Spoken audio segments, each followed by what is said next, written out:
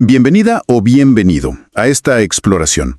Hoy nos metemos de lleno en un relato, muy personal, intenso, profundo, sobre una experiencia al borde de la vida y la muerte. La fuente que tenemos es la transcripción de una entrevista en video con Andrés Arévalo. Él es un animador colombiano y nuestra misión, es desentrañar los detalles de eso que llaman experiencia cercana a la muerte, una SM. Queremos entender qué fue lo que vivió Andrés, qué significado le dio a todo esto. Es que es una narración que toca temas, universales, ¿no? La conciencia, si hay algo después de la muerte, la conexión entre nosotros. Ok, vamos a desglosarlo un poco. Exacto. Vamos a analizar los elementos clave de su testimonio. Desde la enfermedad misma que lo puso al límite, claro, hasta esas sensaciones extrañas de estar fuera del cuerpo, el encuentro con entidades y sobre todo las lecciones que él dice haber aprendido. Es como asomarse a una vivencia que, desafía bastante nuestra idea normal de la realidad, ¿no? Perfecto. Para empezar, pongamos en contexto. ¿Quién es Andrés Arévalo? Es un animador colombiano, se dedica a crear series, piezas de comunicación visual. Una persona, común y corriente, cuya vida da un giro, inesperado en 2021. Así es. Y es importante decir que, según él mismo cuenta, no era alguien particularmente religioso o espiritual antes de que le pasara esto. Su trabajo está muy centrado en lo visual, ¿no? En construir relatos. Y eso es interesante cuando pensamos en cómo intenta después describir algo que parece indescriptible. Claro. Todo arranca con una infección respiratoria. Parecía algo normal, pero se complica muchísimo en 3 semanas. Andrés describe un deterioro físico muy marcado. Tenía muchísimo sueño, un cansancio que no se le quitaba. Perdió el apetito. Y algo muy raro, la comida le sabía extraña, como a sal pura. Pero lo curioso es que él como que no se daba cuenta de la gravedad, ¿sabes? Hasta que los médicos dicen, hay que llevarlo a la UCI ya. Sí, eso es llamativo, esa desconexión entre lo mal que estaba físicamente y cómo lo percibía él. Estaba tan mal que dormía casi todo el tiempo, sin ser realmente consciente de lo crítico de la situación. El cuerpo, estaba colapsando, pero su mente no. No registraba la alarma igual.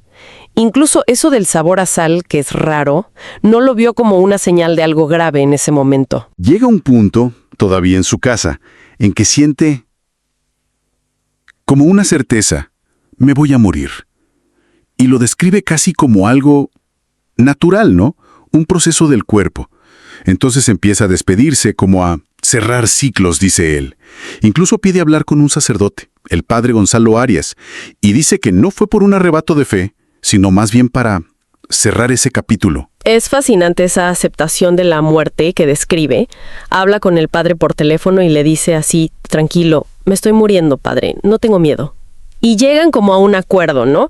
A aceptar esa posibilidad juntos.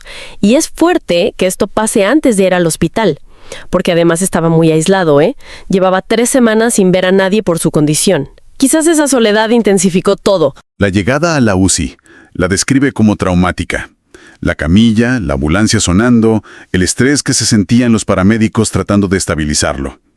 Le ponen un aparato con aire caliente que dice que no soportaba, y ahí deciden intubarlo. En ese momento sí le vuelve el miedo fuerte y la sensación de que era el final. Y entonces, justo ahí, en ese momento crítico, pasa lo primero realmente extraño que cuenta. Dice que despierta de madrugada, pero no desde su cuerpo. Se ve a sí mismo, intubado, y ve a las enfermeras trabajando, pero desde arriba, como flotando cerca del techo con una visión total de 360 grados. Y escucha clarito a una que dice, está haciendo mucho frío. Describe que lo veía todo a la vez. La habitación, las máquinas, la puerta, ellas. ¡Wow! Y acá es donde se pone todavía más extraño, ¿no? Porque desde esa posición flotando, dice que le habla a una enfermera para decirle dónde había café en su apartamento. Y lo increíble es que, según su relato, instantáneamente está también en la cocina de su casa, encendiendo la luz, abriendo un mueble, mostrándole el café, mientras seguía consciente de estar en el hospital. O sea, en 2 lugares al mismo tiempo. Una bilocación. Exacto. Lo que describe encaja con lo que a veces se llama conciencia expandida, ¿no? La capacidad de operar en varios lugares a la vez. Él mismo lo relaciona con historias populares, ¿viste? De gente que está muriendo y sus familiares sienten su presencia en otro lado. pasos, olores. Para él esto sugiere que la conciencia quizá no está tan encerrada en el cuerpo físico como pensamos, que puede operar de otra forma en ciertas circunstancias. Durante el coma inducido, aunque su cuerpo seguía muy mal, él cuenta que tenía momentos de lucidez y hacía como viajes con su conciencia. Dice que ahí perdió totalmente el miedo a morir y empezó a sentir, a entender que la conciencia es algo más fundamental que el cerebro. Describe que el tiempo se sentía distinto, como viendo pasado, presente y futuro juntos. Hay un ejemplo muy poderoso de conexión que cuenta con su padre. Andrés se ve de niño como a los 3 años, en una piscina. Su papá lo agarra y le dice: vamos a sumergirnos, toma aire, yo voy a respirar por ti. Y lo impactante es que meses después, ya recuperado, su papá le cuenta que mientras Andrés estaba en coma, él rezaba todas las noches, visualizando exactamente esa misma escena. ¡Qué fuerte! Sí, para Andrés esto le dio otro sentido a la fe, a la oración. Sintió que las oraciones hechas con fe de verdad generaban una fuerza real, casi física, que lo ayudaba. Diferente de rezar por rezar, digamos. En medio de todo esto también cuenta que interactuó con familiares que ya habían fallecido. Habla de su tía Tere, con quien dice que exploró su árbol genealógico. Pero no como un dibujo, sino como un bosque enorme, con raíces todas conectadas por debajo de la tierra. Y la idea que le quedó es que todos hacemos parte de lo mismo, que las divisiones que inventamos, son superficiales. Y luego está lo del tío Armando, que había fallecido un año antes. Cuenta que visitó la casa de su tío en esta experiencia, y lo notable es que vio cambios en la decoración, detalles específicos que él no podía saber porque por la pandemia y el aislamiento llevaba casi 2 años sin ir a esa casa. Meses después, cuando finalmente va en persona, confirma que la decoración había cambiado tal cual como él la vio. Impresionante. Exacto. Este tipo de cosas, aunque sean anécdotas, son las que a él lo convencen de que no eran simples sueños o alucinaciones por las drogas o el coma. Y entonces llega el momento más crítico de todos. Sufre un paro cardiorrespiratorio. Clínicamente estuvo muerto. 8 minutos. Justo antes, recuerda que le acercaron un teléfono al oído y escuchó mensajes de despedida de su familia. Sintió que ya no podía respirar, oyó la angustia de los médicos, el ruido de más máquinas, un caos total. Y en medio de ese caos, de esa desesperación física, ¡pum!, describe que aparece de golpe en otro lugar totalmente distinto. Un espacio todo blanco, luminoso, con algo como nubes densas en el suelo. Y frente a él, un portal, un umbral, flanqueado por 2 entidades altísimas. Las describe como seres de unos 3 metros, blancos, brillantes, con un solo ojo grande arriba que le recordó a las plumas de un pavo real. Y sus cuerpos, como de plumas o destellos de luz blanca, una un poco más adelante que la otra. ¿Y la comunicación con ellos? Dice que no era con palabras, algo mucho más avanzado. Telepática, conceptual, ideas complejas transmitidas al instante. Lo primero que le dicen es: te estás muriendo, pero con una calma total. Y añaden algo como: no te preocupes, no va a pasar nada. Si mueres no pasa nada, si sales vivo tampoco pasa nada. La idea era que dejara de enfocarse en la angustia del cuerpo. Como el mensaje en sí. Una perspectiva que va más allá del drama humano de vivir o morir. Las presenta casi como eventos neutros en un plan mayor, donde, según le dijeron, todo está muy bien. Y parece que funcionó porque Andrés cuenta que logró calmarse, que la angustia se fue y sintió una paz muy profunda ahí, con ellos. Ya más tranquilo, frente a ese portal y esas entidades, hace la gran pregunta: ¿Dios existe? Y la respuesta que dice que recibió es profunda.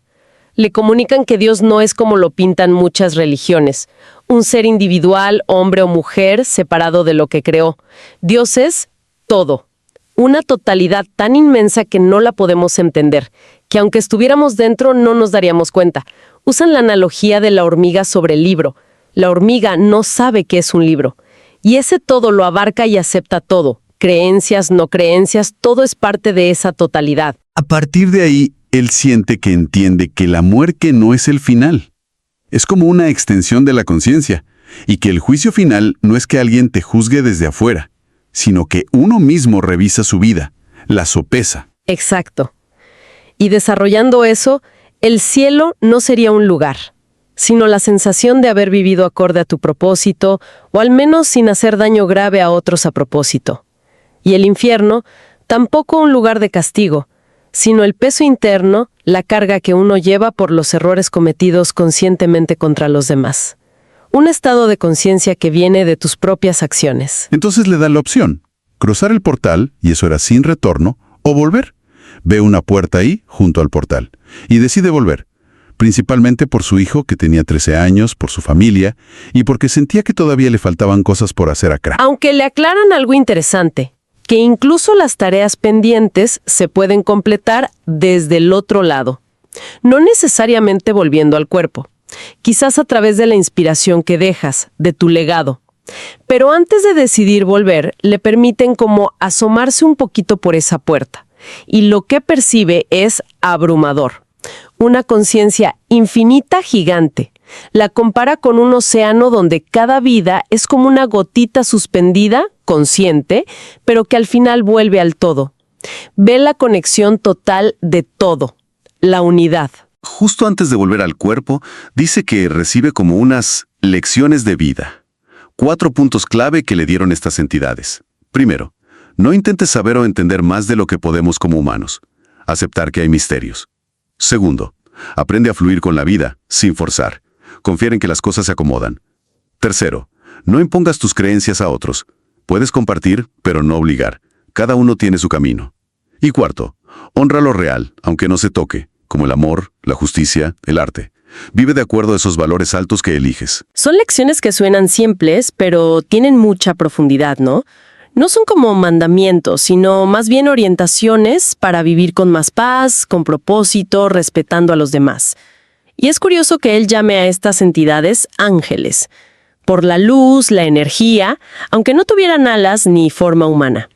Describe su presencia como muy poderosa, intimidante incluso, de mucho respeto. Asomarse al portal dice que fue todavía más intenso. Volver al cuerpo. Cuenta que fue dificilísimo, confuso. Su conciencia, que sentía como flotando, no encontraba cómo encajar de nuevo en el cuerpo. Dice que olvidó dónde estaban sus manos, sus pies, perdió la noción de su propio cuerpo. Y la reconexión final con lo físico vino con algo muy doloroso, un error médico al ponerle un catéter subclavio. Sintió un dolor terrible, que aunque pensaban que estaba inconsciente, fue lo que lo ancló de vuelta. La recuperación después fue larguísima. Problemas para hablar, para moverse, sin fuerza. Llama la atención eso, ¿no? Cómo el dolor físico extremo funciona en su relato como el ancla que trae de vuelta la conciencia al cuerpo después de esa desconexión tan radical. Sugiere que volver no es algo automático ni fácil. Andrés cuenta que la reacción de algunos médicos fue decir que todo eso eran efectos de la sedación, de las drogas del coma. Pero él diferencia muy bien entre lo que sí fueron delirios por medicamentos, que también tuvo, con sensaciones de persecución, confusión, y la experiencia cercana a la muerte durante el paro. Dice que esta última fue coherente, profunda y lo transformó por completo. Y le quedaron secuelas, dice, una conciencia como alterada permanentemente.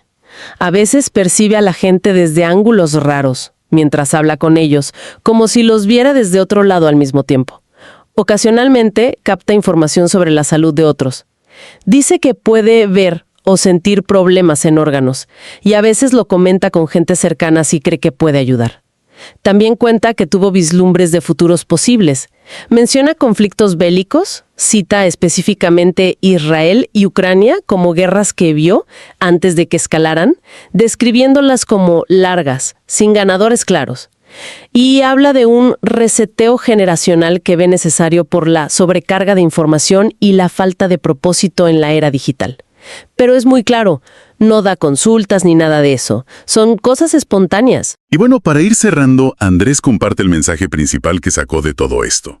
Para la gente con enfermedades terminales, dice, la muerte es personal. Aprovechen el tiempo que queda para cerrar ciclos, perdonar, amar. Dice que tener un diagnóstico terminal te da la ventaja de poder prepararte, a diferencia de una muerte repentina. También habla a los que están de duelo. Que es un proceso necesario, parte del cierre. Que una parte tuya muere con el ser querido, y hay que vivir ese duelo para seguir adelante. Y para todos, el mensaje es recordar que nos vamos a morir. No para amargarnos, sino para valorar más el presente, las relaciones, las experiencias. La muerte, insiste él, no es el final de la conciencia. Entonces, ¿qué nos deja esta inmersión en la experiencia de Andrés Arévalo? Su relato, así como él lo cuenta, sugiere fuertemente que la conciencia podría ser, mucho más de lo que pensamos, ¿no? Menos atada al cuerpo físico. Habla de interconexión, de que somos parte de algo más grande y que la muerte no es un fin, sino una transición. Totalmente. Y las lecciones que trae fluir, honrar lo intangible, no imponer creencias, aceptar, resuenan más allá de su caso personal. Nos hacen preguntarnos cómo vivimos y qué valoramos realmente. Y nos deja pensando, si la conciencia puede tener esa expansión, esa conexión, recibir esa información en momentos tan extremos como un paro cardíaco, ¿qué dice eso de los límites que creemos tener en nuestra realidad normal? ¿Son tan fijos como pensamos? Definitivamente algo para darle vueltas.